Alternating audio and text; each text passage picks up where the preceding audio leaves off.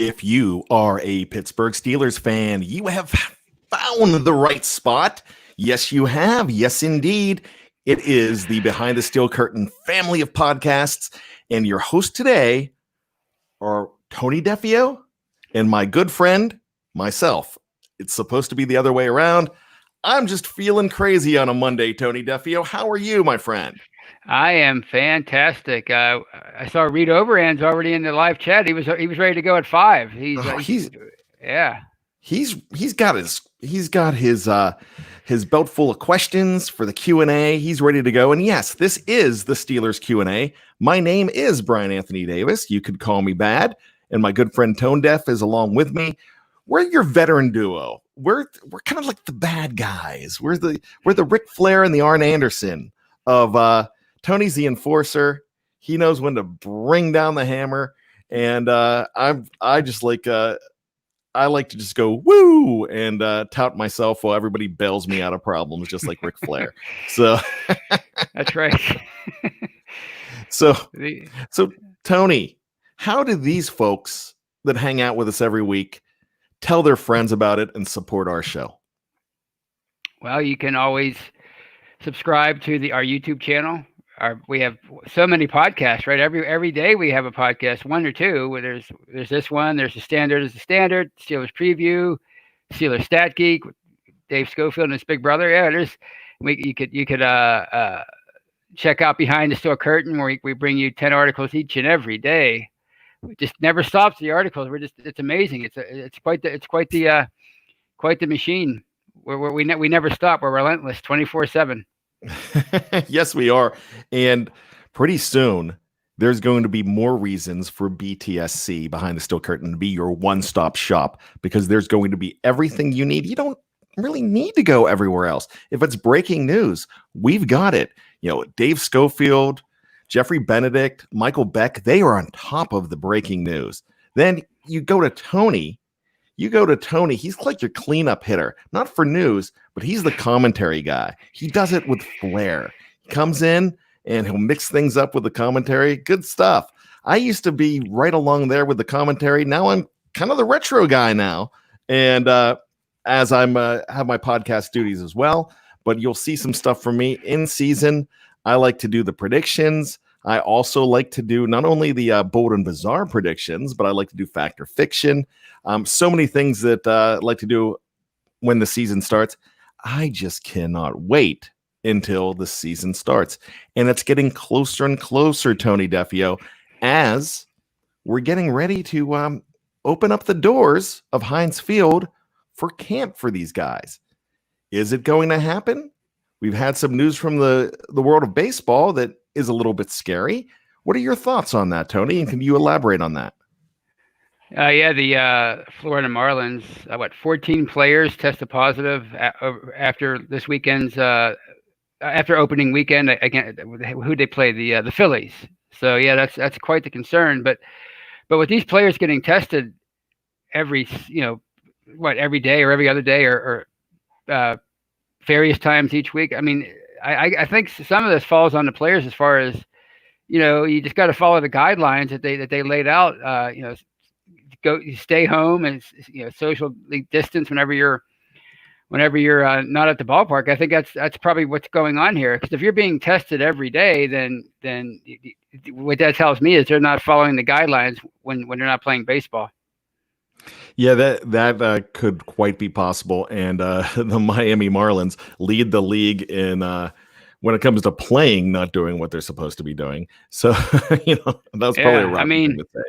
But I mean, that's and because people are talking about, well, what's this mean for football? Well, what it tells me about football is, yeah, it is a collision sport, and they're going to be in close contact. You can't avoid it. But if they're being tested regularly, then when they're not playing football, then they just need to do like the rest of society and socially distance and stay home. And it's easier said than done, I guess, when you're 25 and you feel invincible. But that's really what it's going to be, a team effort. Not just the teams keeping them safe, but they have to take responsibility too. Those are my sorry for the rant. I've been thinking about that all day. One of our sage viewers and listeners Dennis Sheridan says MLB might be through just after they started. And Ryan O'Toole jumps in and says, MLB story was the first thing I saw this morning. Scary thing is that it really isn't a contact sport like baseball. So, actually like football. So there you go. It really isn't. And what's going to happen? Hey, we're not going to project that because it's going to be crazy. It's going to be week to week. It's going to be day by day. You might wake up on Sunday morning getting ready to watch the game and find out that your starting center or your any team, their starting center or their quarterback or three guys on the special teams or their entire defensive backfield might have tested positive. But as you indicated earlier, it's how you approach it is probably going to, and how you keep these guys safe. It's probably how you're going to be able to operate. If you look at the NHL as of late, they haven't had any problems. They have had nobody. And I read that this morning. Nobody test positive, and they're getting ready to get started. And that's a little more contact than baseball too. So maybe it's been a little more lax there. I know basketball's basically been quarantined. I mean, down in Orlando, they're getting ready to start up. So, you know, there's really some interesting things that are going on. The Pittsburgh Steelers, you know, our team, they have been hit with their first COVID-19 casualty today. And it's a name that not a lot of people are familiar with, but Arian Springs, the cornerback that came from the XFL, has been around the last 2 seasons with a number of NFL teams. He is now on the reserve COVID-19 list as well, but they have not reported, so that really does not affect the other players on the teams whatsoever yet. So there's so many things that we're going to go ahead and look at here, but really, for us to stay sane and for us to stay positive, we need to keep going like we're having a season. And it looks like they're going to do everything they can to have a season. So that's what we're talking about today, Tony. And that's what leads us in to our topic of the day. And it's basically this. We made all these projections this year. We're going to continue to project. And like Dennis Sheridan said, he predicts that we're going to have predictions. And that's exactly what we're going to do on this show as well. And the question is, after all these months about talking about who is going to shine and who might be here for their last hurrah in Pittsburgh, we're going to try to put together a list of who are going to be the Steelers award winners this year, who are going to lead the team in different categories, and who will be packing their bags, saying goodbye to Steeler Nation, and looking for work at another locale, whether they're a bust or whether they're boom enough and the Steelers can't afford to keep them. So there's so many things to look at here, and that's the topic of the day. So, Tony, what we're going to do here is we're going to take some different categories. I'm going to throw them at you, and I'll let you go, and I'll let the people in the live chats go as well. So here we go. This could be an easy one, but it might not be. It's Rookie of the Year. Who is going to be the Joe Green Great Performance Award winner in Pittsburgh this year? I think the easy answer is Chase Claypool, but I'm not sure if he's going to have as many opportunities as we might think. So I'm gonna go on a limb and say Alex Highsmith. I think just for special teams, and I think he might factor into the rotation more than we think. You know, that is quite a possibility because he is the third man in. And, you know, there is always opportunities. He projects to be the third man in, and there's always opportunities for him to get a chance to get in there and get some action. You know, being a rushing linebacker, an edge linebacker, you know, he has a better chance to get in there and play in those certain situations than somebody that has to get on board with Ben Roethlisberger. You know, so that's a possibility there. I'm going to go in a different direction here, Tony. And this is a guy that we really haven't, we just don't know what we got. And he might be far down the depth chart, but if Anthony McFarland comes in and breaks some things and gets opportunities, especially if there's injuries and he comes in and he looks good right off the bat, they're going to find more and more opportunities for him. Just like Chase Claypool will have a lot of opportunities. I think Chase Claypool is probably your number one answer if this was Family Feud and Richard Dawson was kissing all of the women in your family. So that would be the number one answer. But I'll go out on the limb and I'll say Anthony McFarland Jr., number 26. Now, Tony, we got to keep in mind here that a good friend of the show, Kathy Forrid, is taking notes. Hey. And she is going to take notes, and she's going to hold us accountable later on to see if we're right on this stuff. So, I mean, Claypool would be the easy answer, but let's go ahead and we'll say McFarland. You will go ahead and say Alex Highsmith, which I love that answer too. I probably would have went with that, but I want to go a little different. So let's say this, though. Reed Overend said Dotson has the best chance to start. I think any other year he would. I think in the landscape of COVID-19, he might not. And here's the thing. If Dotson starts, then you've got disappointment from the guys you brought in, namely Wisniewski or someone like Filer is hurt or DeCastro is hurt. Right. Or Banner and Shooks aren't making it work. So would you say, Tony, that as much as we love the future for Dotson, and Donald Nolan calls him Rookie of the Year as well, as much as we're excited for what to see in the future, would it be a disappointment if we saw Kevin Dotson start this year because the other guys have been hurt or faltered? Well, I could see a scenario where he could beat out Wisniewski, in a straight up fight for the left guard spot. But as you said, once Mike Tomlin revealed that Shooks and Banner were going to be battling for the right tackle spot, if Dotson is starting, well, that tells me that neither one of those guys seized the moment at right tackle, and they had to move Filer back over to right tackle. So that right there tells me, would be a disappointment. And I can't envision a scenario where that would be a good thing. So yeah, I think it'd be. I like Dotson a lot. In a straight up battle, he would be my guy. But with everything that happened after Tomlin revealed what he did, I can't see that as being anything but a negative at this point. And John Trent mentions that Antoine Brooks Jr. has a chance to get some major snaps and sub package for that Mark Barron role. That would be a good thing to get him going and started. Yeah. I mean, that's the thing with with a guy like that. It's such a complicated position for him to get thrust into. So if he does show out like that tells you that he's much further along than we thought for a 6th round pick. Very good, Tony. Now, let me ask you this. Of all of these rookies, is this going to be a scenario in which we had in 2008, which if you have the outcome of 2008 being a Super Bowl champion, that would be great. But would it be a possibility that of all these guys that an undrafted free agent, somebody you did not expect, wins the Joe Green Great Performance Award like it happened in 2008? And I'm going to put you on the spot, and I'll put everybody in the live chat in the spot. Who was that guy without looking it up? The Rookie of the Year in 2008, undrafted free agent? Yes. Gosh, I should know this, but I don't. I don't know. He was a special teams demon, wore number 55, Patrick Bailey. Oh yeah, I wouldn't have guessed that in a million years.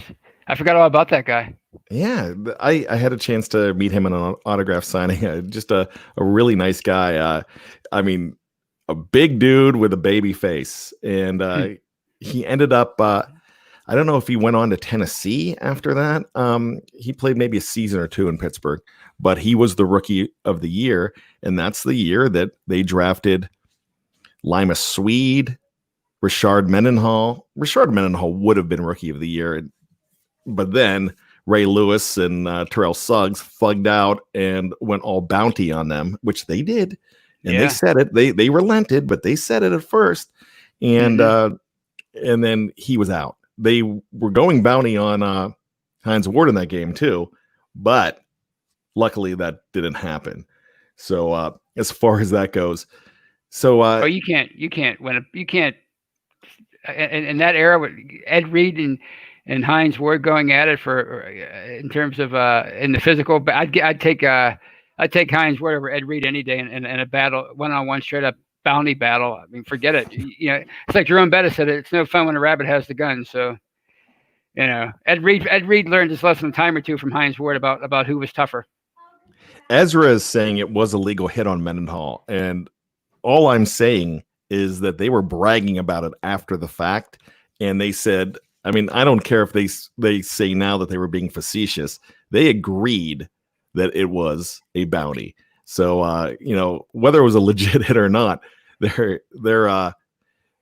relented after that, and I'm surprised that didn't get looked into a little bit more, because if you look at one of the reasons they were angry with him is, and I don't know who the player was, but there was another University of Illinois player that was a rookie with the Ravens in that week before that week 4 matchup, and he sent him a note that became bulletin board material and just said, "Hey, we're going to beat you this week." It's just something like that. They did beat them, but Richard missed out on a Super Bowl championship. He still gets a ring for it, but that was just a shame. As far as that goes, Tony, so getting back to that question, though, is there a possibility that nobody from this group wins the Joe Green Great Performance Award?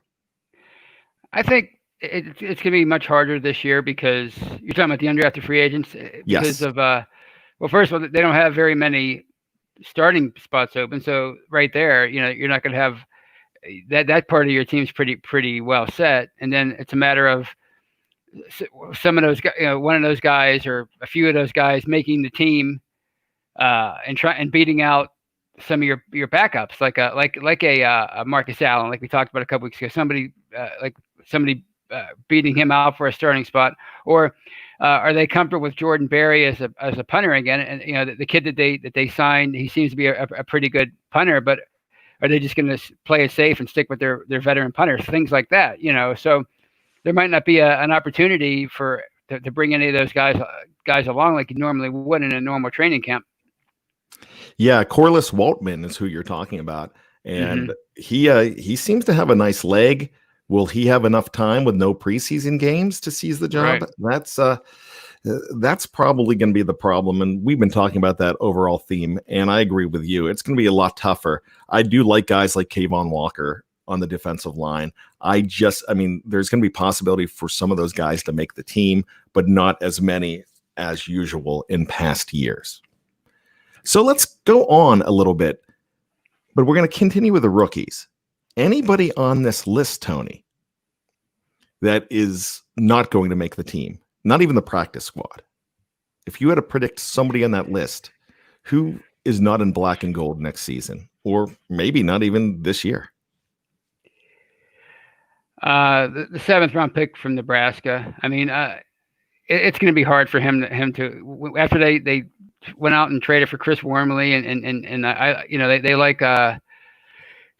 Bugs or from last year, Isaiah Bugs. So I think it might be hard for him, but it doesn't mean he won't make the practice squad. But I would be surprised if he makes the team, because even without Javon Hargrave, they seem to have a lot of nice players on the defensive line. So it might be hard for him to crack that depth chart when all is said and done. And you know what? A guy like Kayvon Walker from the University of Kentucky, I really like him as well. So, I mean, Davis, my son, Carlos Davis, might not get the nod this year, but there's going to be a lot of room on the practice squad for a lot of these guys. So hopefully he'll get an opportunity there. But remember, even though he has naked pictures of somebody, the Cinderella, it's going to strike midnight one of these days on Daniel McCullers. Oh yeah, I mean we've been talking about him. He's essentially just he's just clogging our. He's a roster clogger at this point. He really doesn't add much. He hasn't really contributed a whole heck of a lot. We always hear about the potential, and even there was some excitement last year with him in camp. You heard some good things, but he never seems to make a splash during the season or even during the preseason. So, it might be time to move on from him. And if that's the case, then somebody like Davis might be able to make the team. Are you trying to tell me, you called him a roster clogger, are you saying that Daniel McCullers is the Steelers' version of cholesterol? Yes, because it doesn't seem like there's any, just like with cholesterol, there doesn't seem like there's any use for Big Dan. And I wouldn't say that to his face, obviously, but I'm sure he could take me one-on-one. But he doesn't seem to do a very good job of taking on the opposing centers and guards and making a big difference whenever he does get in there, which is very infrequently at this over his first 6 years. And John Trent, and I lost him right here, but John Trent says that he would really like to see Bandy make the roster, and who he's talking about is Trajan Bandy. Guy is feisty, and he is a player that is feisty. So there's going to be guys that you can't measure their heart, you can't measure their soul, that are going to come in and fight with every fiber of their being.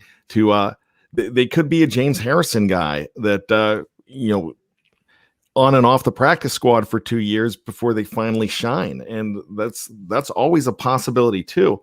So Trajan Bandy might be a guy like that. So you never know. Right. Well, that's the thing. It's going to be so hard to because they report tomorrow, and then they have a 2-week ramp up period, and I guess they have kind of like an OTA kind of some sessions like that, and then they get into pads. So, by this point of the with no OTAs and train and mini camp or rookie camp, by this point, the coaches would have had a pretty good idea with some of these youngsters and unknown players, and now they're just going to be just now, like with the start of training camp, they're going to start to get a good idea of what some of these guys can do. So we'll see how quickly some of them make an impression on their bosses. Absolutely. So let's move on to some of the veterans here, and we're welcoming some people back. And I like to go in a song, and I know you're a 70s TV guy, so you know where I'm going with this. I'm going a little John Sebastian. Welcome back. Oh, your dreams were your ticket out, from Welcome Back, Kotter. My brother-in-law would he would love that. That's his favorite show, I think, of all time. That show was great. Oh, it was fantastic. Oh man, the reason I love it so much, and you could understand that I loved it so much, because he would tell those cheesy jokes to his Gabe Kaplan would tell those really bad dad jokes before they were even called dad jokes at the end of the show, and they were so cheesy, but they were so great, and I think that's where I got a lot of my sense of humor and my cheese. But so, comeback player of the year. Now, it's easy to say one guy, but there's a number of players that could be the Steelers' comeback player of the year this year, whether it be from injury or whether it be just from a rebound and play. Who's your guy? Well, as obviously the easy choice would be Ben, but I'm going to go with Juju. I think Juju, I think he could price himself right out of town, but I think if he comes back and has the year that he had in 2018 or even 2017 as a rookie, but I have higher hopes for him. Hopefully it's closer to 2018. Then there's your comeback player of the year, as far as I'm concerned. Well, I think it's going to be Ben, but I want to talk a little bit more about Juju. Is he on the roster in 2021? I don't think so, because if he has the kind of year that I think he can have, and with everything with the salary cap reductions, the projected reductions anyway, to about 175 next year. I mean, that's 23 million less than it is right now. I mean, they're going to have to. I don't see a way. I mean, I hope I'm wrong, but I just don't see a way that it was going to be tough anyway, even that with an increased salary cap, but with a decreased salary cap, I just don't see it. You know what? If I could get Omar Khan to spend some time with my wife and the checkbook and show her how to stretch a buck and make wise decisions, I probably would. And that's she's not bad with a checkbook, but this guy is so awesome. He He is the budget guy, and he gets things done. So never sleep on Omar Khan. I actually think he is going to find a way to get Juju Smith-Schuster back in here this year and with a good season. But the guy I was thinking of, and Ezra says it right here, John Trent said it too, to it. 9 sacks, 12 tackles for loss, 2 fumble recoveries, and an interception. Well, an interception for Big Stephon. I think the Pittsburgh Steelers have an opportunity to have not just an offensive comeback player of the year, but a defensive candidate for comeback player of the year in Stephon Tuitt. How important is big number 91 to the Pittsburgh Steelers Super Bowl chances this year? Oh, he's very important. I mean, we've seen his potential so many times in the past. When he is on his game, I mean, he looks unstoppable. I mean, he looks like the Browns game from 2017. I mean, he looked like the best player on the field. And then, of course, he got hurt, and he kind of struggled with a torn, I guess it was a bicep injury the rest of the year. But when he's on his game, forget it. He's as good as Javon Hargrave is, and I think he's a very talented player. And I was sorry to see him go. I think if Tuitt is back to 100% this year and on his game, he's an upgrade over Hargrave. So I think with him, and we know Cam's an All-Pro. So if you add that guy to the mix with the way this defense played last year, I think it could take it to even greater heights, which is it seems impossible to say as good as it was last year. But I think there's even more room to grow, and I think Tuitt could be the key to that. Now, does Tuitt and having Cam on the other side, does that help out with not having Javon Hargrave? We know that we like what we see in Alualu. We like the possibility of Wormley in there, and Isaiah Buggs we're excited about as well. But if those bookends, if they stay healthy, it's going to be insane. But do they make up for the loss of Hargrave? I mean, a guy like that's always going to be hard to, you're always going to miss a player of that, because he was such a talented player, and the guys that are going to be coming to replace him aren't nearly that caliber of player. But like we've talked about before, they spend so much time in their sub packages with the nose tackle on the sidelines. I think as long as Tuitt and Hayward are doing their thing and they're playing at the best of their, at the level that they're capable of, I think it's gonna. I don't think I think they're going to make up for Hargrave's absence. Okay. We talked about Cam Hayward, and he was next on the list anyways. We know that we expect him to have a good year. And it really doesn't matter as far as projecting what he's going to get. If he has a great year, or if he has an average Cam Hayward year, he's still going to command big bucks. That's what I'm going to say. Will those big bucks be in Pittsburgh? They're going to retain somebody. Is he the number one guy you retain? Well, being that he's a free agent next year, this is last year, right? So I think they would make him their top priority. I mean, they would still have time with T.J. Watt, and I think Bud Dupree, he's just going to be too expensive for them, and I think he would get the priority over a player like Juju, even though he's older than Juju, but he's a leader on that team, and if you take Cam off of that defensive line, then I mean, you lose Cam and Javon Hargrave in a matter of a couple of years. That would significantly weaken perhaps your strongest unit. As of 2019 anyway. I think you would take a strength and make it into at least an average unit, and I don't think they want to do that. So I think they're going to try to do everything they can to bring him back, because he is a free agent. So they're going to try to get him under contract.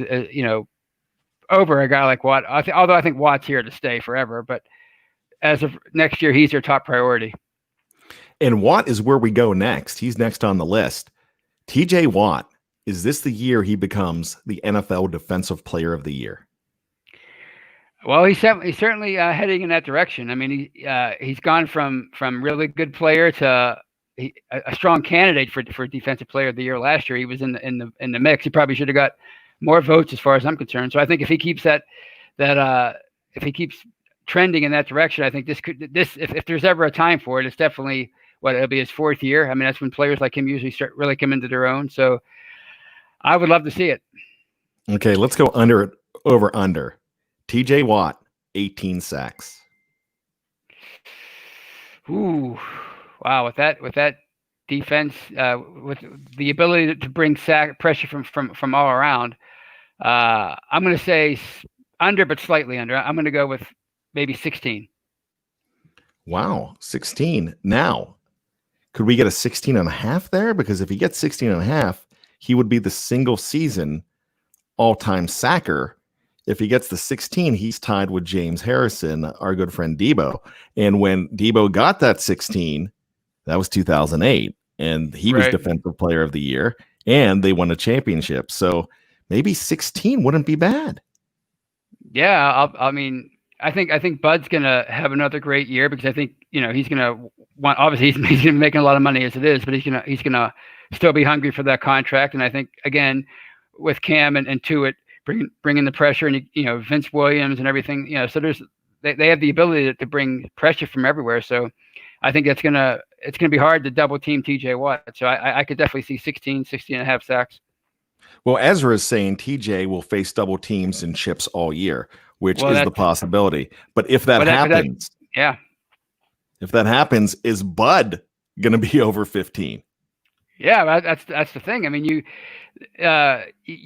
back in the old days, they used to rely on 2 or 3 guys when they brought the majority of their pressure from their outside linebackers. Now, they've made their defensive ends and defensive tackles weapons in the pass rush game. They're not just taking up blocks anymore like they did in the old Dick LeBeau defense. So with the ability to bring pressure from everywhere, it's going to free. If you double team TJ Watt, then you're gonna leave somebody else one-on-one, and I like that person's chances of having a good year.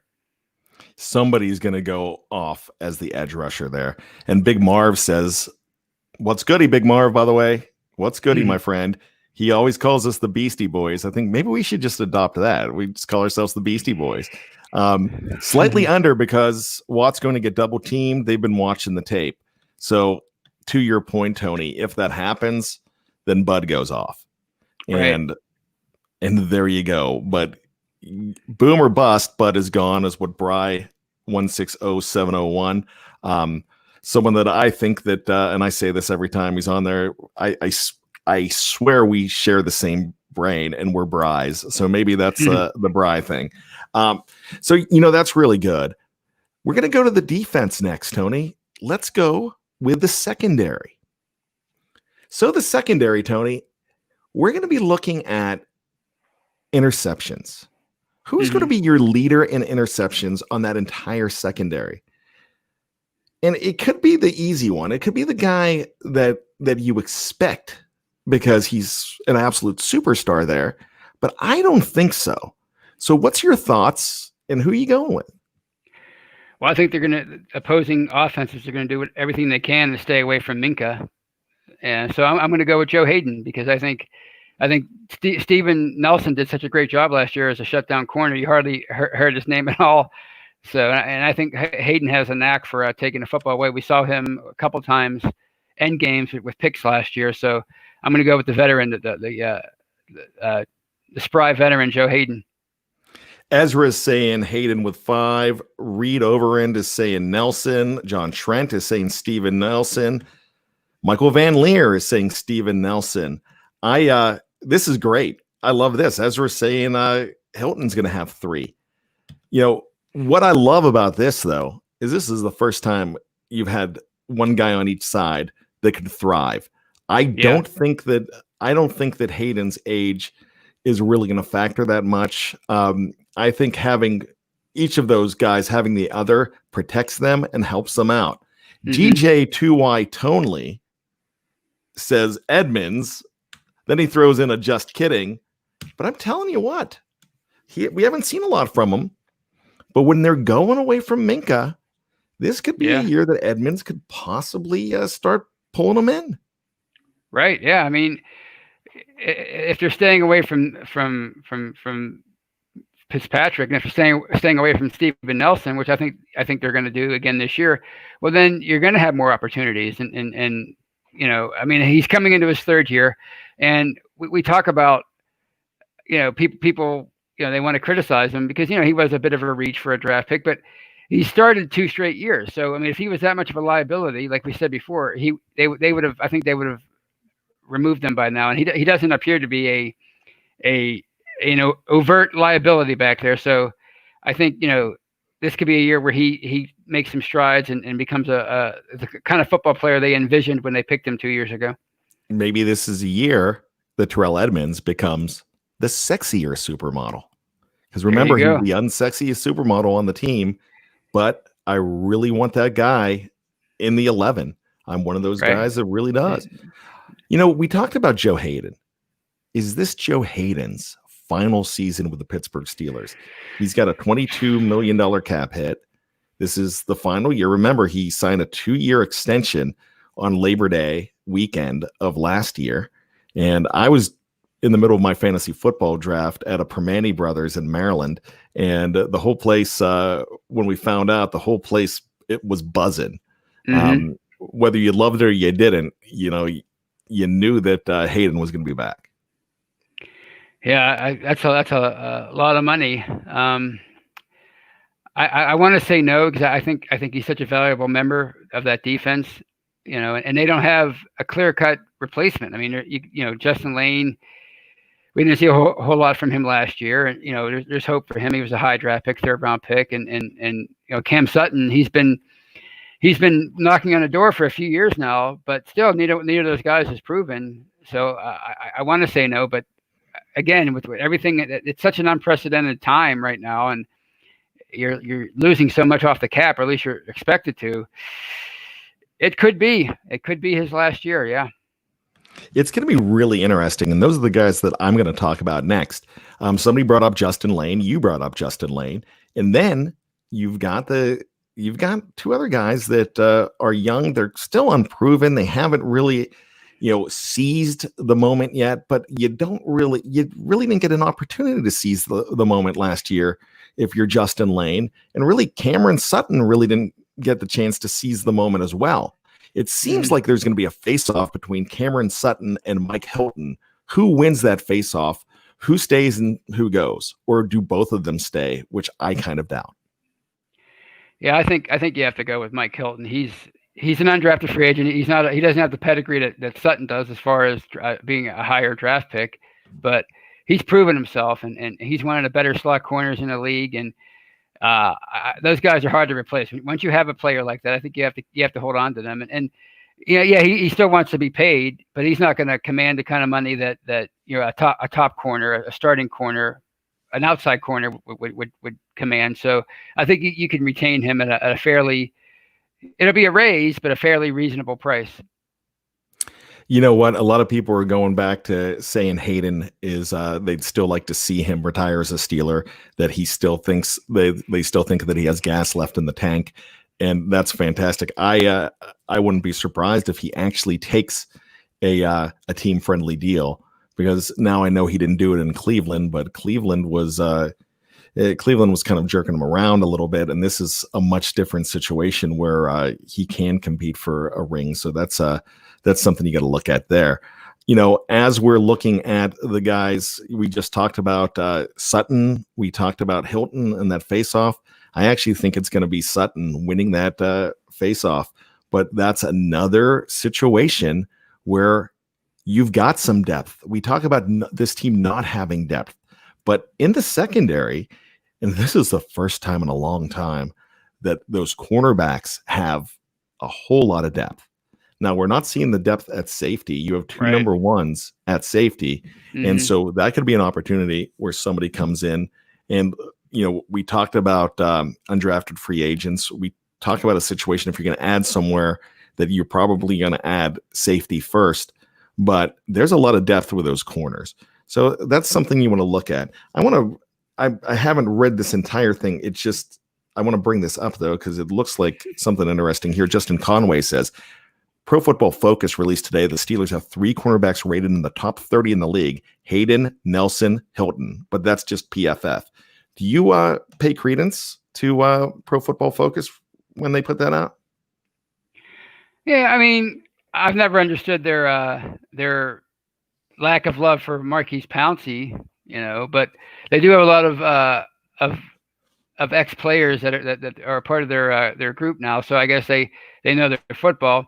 But I think it's indicative of the kind of secondary. And it's a testament to what the Steelers have done over the last few years of rebuilding the secondary, and especially the cornerback position. I mean, these are your two starters on the outside, and you're starting essentially another starter in a slot corner. So I think it's a testament to what the Steelers have done. And I think it's, whether they rated them highly or not, I think we all of us know how good those guys are, and based on their performance last year alone, but especially with Hilton and Hayden, what they've done since they've come here in 2017.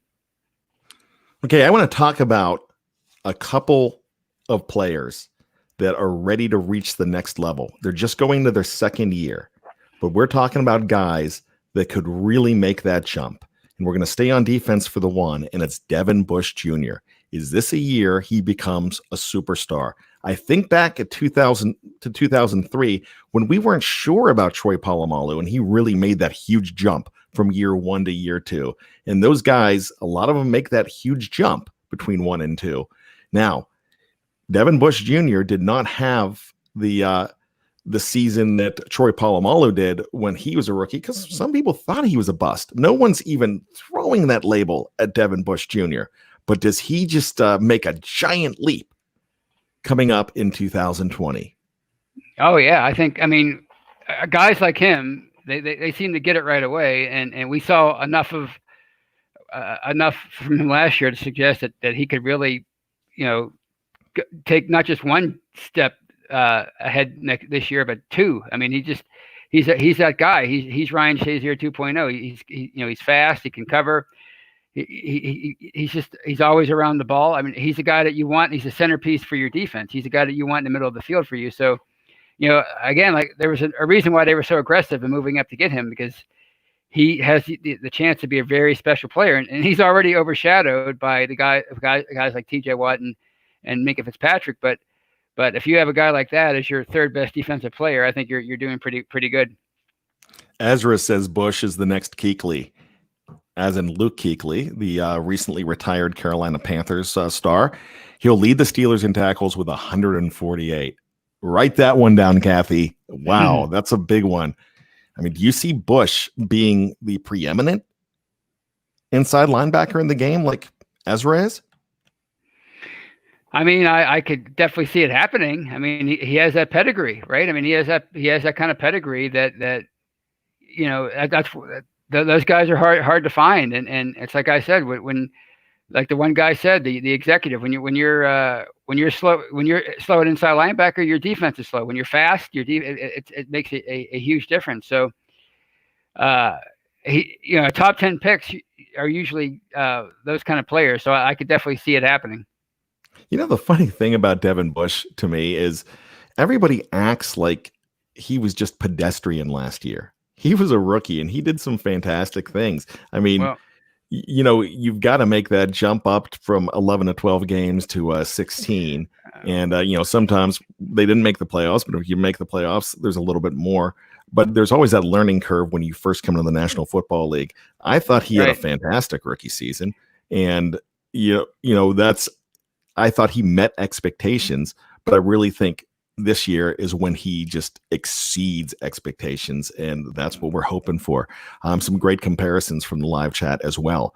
We want to talk about another guy that is going to be making that jump from year 1 to year 2. Tony, is this the year that Deontay Johnson becomes the king of the wide receivers?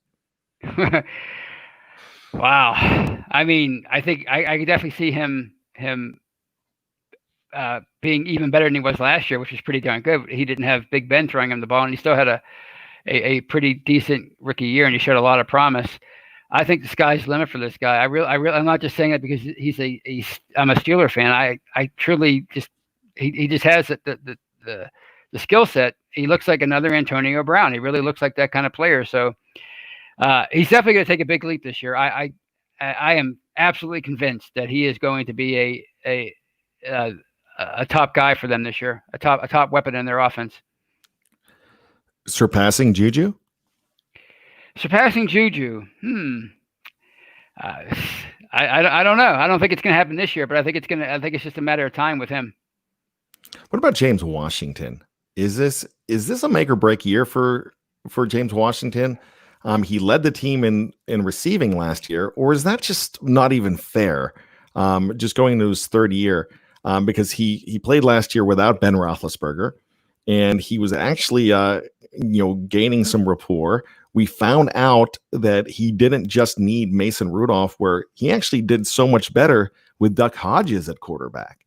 So James Washington, is he going to be the guy that is it going to be like the Detroit Lions when they had Herman Moore and I believe it was Perriman and Johnny Morton and guys like that back in the mid 90s? I mean, could this be a three-headed monster 1,000-yard group of receivers?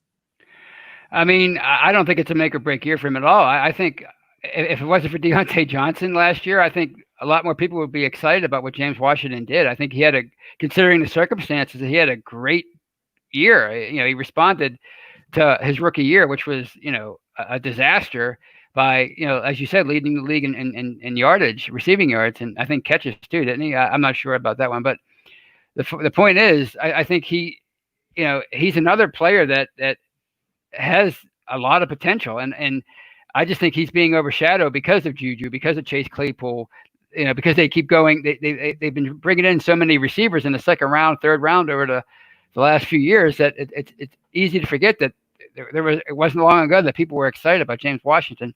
I think he has the ability to be their deep threat, and I think obviously he's great with combat catches. We saw last year against the Browns, that second game against the Browns, where he made 3 unbelievable catches and he bailed the quarterbacks out in that game. So I think he's another one that is going to have a even better year with Ben back. All right. We saw John Trent say, I think we trade Washington. Ezra says Washington is expendable because of the Claypool pick. I don't get it. I don't get, people they're quick to move on. I think if anything, you have to keep a player like Washington around and you have to hope that he continues to get better, because you're probably not going to be able to afford Juju. As tough as it is to say, you're probably not going to be able to afford him. So you want to have a guy like Washington around for the next few years. So you brought up the fact that you could lose Juju. We talked about the 3 guys, and we throw in the fact Claypool is there and he commands some targets. You have Ebron and McDonald commanding targets. Those are 6 guys that could, do a lot of damage. We know Ryan Switzer is going to get some targets in there too. So that's 7 targets. I expect all those guys to be around. You could throw in the possibility of Deion Kane getting some targets too, but he might be a 5th guy, or Switzer might be a 5th guy. You just never know what's going to happen there. But you're going to have a situation where somebody is going to lose out because there's not enough balls to go around. So of all of those guys that I just mentioned, James Washington, I would hate to see it, could be the guy that loses out because of Claypool being there and there not being enough balls to go around, or will it be Vance McDonald? So if you're going to be picking anybody from that group, who is going to be the odd man out? Actually, I think unfortunately, because of such a weird offseason, it would have. I'm going to say Claypool, just because he's a rookie. And I think Ben loves Vance McDonald. I think they spend a lot of money on Ebron. They're going to want to factor him into the mix. And I think Washington's slightly more proven than he was in his rookie year. And obviously, you have in Deontay Johnson, or at least you think you do, and of course Juju. So I think, in my opinion, it'll probably be Claypool. Who doesn't have hypocycloids on their helmet of that entire group? Because it's not going to be Claypool. So at the end of 2020, which one of that group? And let's keep Juju out of it. But of those other guys we talked about, who's not going to be wearing the black and gold? Oh, I'd say Ryan Switzer. I think they have more invested in the other players. Obviously, Johnson and Washington are high draft picks, and of course so is Claypool. So he's going to be around. I think eventually, I think they're going to have to just move on from Switzer, unless he really has the kind of year that nobody expects him to have in 2020. But I just don't see it. I think of those guys you mentioned, other than Juju, he's the most expendable. How about Vance McDonald? Is he the guy that we don't see in 2021? That's a good point. I mean, he's getting up there. He's going to be expensive. He's coming to the end of his contract. Could be, yeah. I mean, with you could just draft another guy, and of course you have Zach Gentry, who's totally unproven, but obviously Ebron could very easily spend 2021 as your number one tight end. So yeah, I could see that too. I mean, there's going to be a lot of tough decisions if the projected cap remains what people have been saying. All right, do we really look at a guy like Deon Cain and really think about keeping him around with the thought of losing a guy like Vance McDonald, losing a guy like Juju? Do you want to keep, I mean, he's going to be cheap to keep around. You try to keep him in the fold this year. Well, yeah, I mean, and honestly, if, I know Ben, he has a large voice in that organization, being the franchise quarterback, but if he really shows a lot in the training camp, meaning Deon Cain, you might have to say, look, we like this guy's potential. We're probably going to have to move on from Juju, because for financial reasons. So sorry, but we want to keep this guy around. We like him, or maybe you can sneak him under the practice squad, which I doubt. I really like. We've talked about his potential. We saw it briefly last year, and he seems to be somebody who could develop into something special, or at least really a really good receiver. Let's talk about the running backs real quick, and we're gonna have to roll through these guys pretty quick. James Conner, boom or bust? It'll be boom for him this year. Does he stick around? Beyond this year, no, I don't see it. I think it's just going to be running backs. We've seen that it's probably not the wisest thing to pay them a lot of money, in their second contract. So probably not. Is Benny Snell Jr. the future running back as a starter for the Pittsburgh Steelers? I'd say maybe in 2021, but I'm like you. I like McFarland's potential. Kareth White, does he keep his job? Crowded running back room. I'm going to say no for him, unfortunately. The guy a lot of people talk about, he's kind of a Swiss Army knife back there, but Jalen Samuels, is he a guy that could go as well? This year? No, I think he'll stick around for one more season. Okay, the final question that I'm going to ask before we get into a few questions for the show, and I'm going to throw out questions for the show up on the board. We'll be taking about 3 or 4 of those. But Randy Fichtner, is this a boom or bust year for him? And is it going to be fair to evaluate him with Ben Roethlisberger back, possibly doing his job? Yeah, I mean, I think he did a really good job last year, or in 2018, and then last year it was hard to evaluate him. But if the offense struggles again this year, then I think you have to look at Fichtner and say, maybe it's time to look elsewhere. But if the offense has a great year, then he sticks around, of course. I mean, everybody wanted Keith Butler gone, but after last year, nobody's talking about that. So that's a funny thing there. Let's grab about 3 to 4 questions from the audience and throw that out because it is the Q&A. John Trent's going to start off first, and he's asking about Matt Canada. Is he the offensive coordinator in waiting, Tony? I don't think he's in waiting. No, I don't think it's a master plan to throw him in there in 2021. I think they could have just done that this year if they wanted to. So I don't think so. But I could see him winning that, taking the job next year if they decide to move on from Fichtner. I actually think Matt Canada is the guy in waiting. I think that's why he was brought in. I think Terrell Austin was brought in to be the man in waiting, but they had such a great year as far as the defense goes that Keith Butler is a lot more safe. Jalen Samuels over Ryan Switzer for the last spot, says Ariel 75. Are you agreeing with that? Well, I think Samuels brings a lot more to the table than Switzer does. The only thing Switzer has in his corner right now is his relationship with Ben. So I'd say yes, I agree with that. I'm still thinking with all that depth there, you throw I'm talking 3rd and 2. You get 3 yards out of Switzer. He's not going to be double covered, and he's going to catch it. He's got great hands. he's just not going to go anywhere. So you make sure you throw it to him past the line of scrimmage. Portna Quenba, will Ola and Tuzar both make the team, and how many snaps will they split? I guess it all depends on the other positions, who they want to keep there. But obviously one of them has to stay because they can't just go with three. I'm going to say one of them makes it, probably Ola. I'm thinking both, and they keep less as far as inside linebackers. As far as the snaps, I'm not sure what the percentages would be there. Ezra is saying, looking at the wide receiver room and the running back room now, should we regret not drafting J.K. Dobbins? I think you could find a guy like that just about, like the one commentator said the night of the draft or leading into the draft, the second round is like the first round for running backs now. So I think you can always find a running back in the draft if you really needed one. So I don't think they're going to regret that. No. All right. Dusk Thunder 9. Will Pouncey have a comeback season? I sure hope so. I don't know what's going on with him last year, but I'm going to say yes.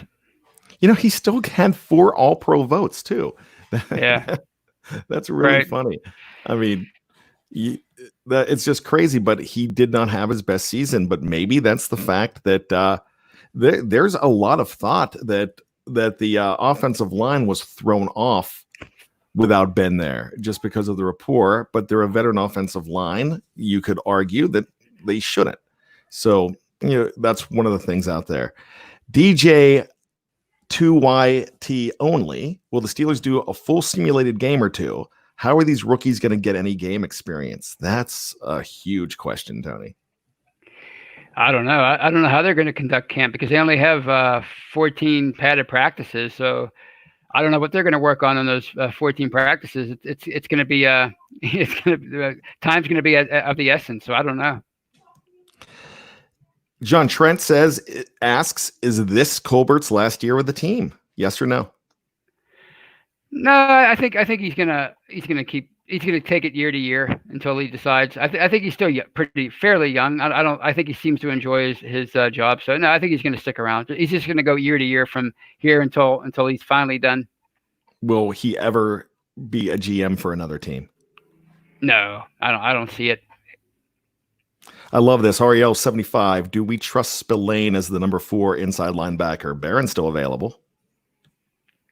I don't until he proves otherwise. There's nothing there to answer. There's no way to answer that question as far as trusting him. I mean, he's totally unproven. So that's pretty much it. And this is the last one we're going to take. It's going to be Dusk Thunder again. Will Ben play 16 games next year? I'm going to say 15. He'll sit out the last game when they have everything wrapped up. And that's exactly what I was thinking there, Tony.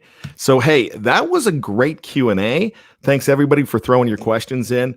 Remember, we cannot do this show without all of you joining in. We've had over 50 in the live chat today. Make sure if you're driving tomorrow and you missed part of the show, check it out on any platform, any streaming platform. That's download it. Tell your friends to download it. Check it out. You don't have to even look at our goofy faces. All you have to do is listen to us coming through your speakers. That's where we were meant to be in the first place, actually, when Tony and I started out on Blog Talk Radio. So, download it and check it out. But I got to tell you this, once again, we love you. Please like the show. Like Ezra says, tell friends about it. Tell everybody about it. If they're Steeler fans, I'm biased, but I think this is one of the best podcasting family of shows that you're going to find. Because like Tony said at the beginning, you are going to see one every single day. You can hear it. You can go back and listen to the other ones if you happen to miss it. So make sure you check it out. Love it. Kathy Forred says, love the optimism, Tony. And I like that. And this was a very optimistic show today.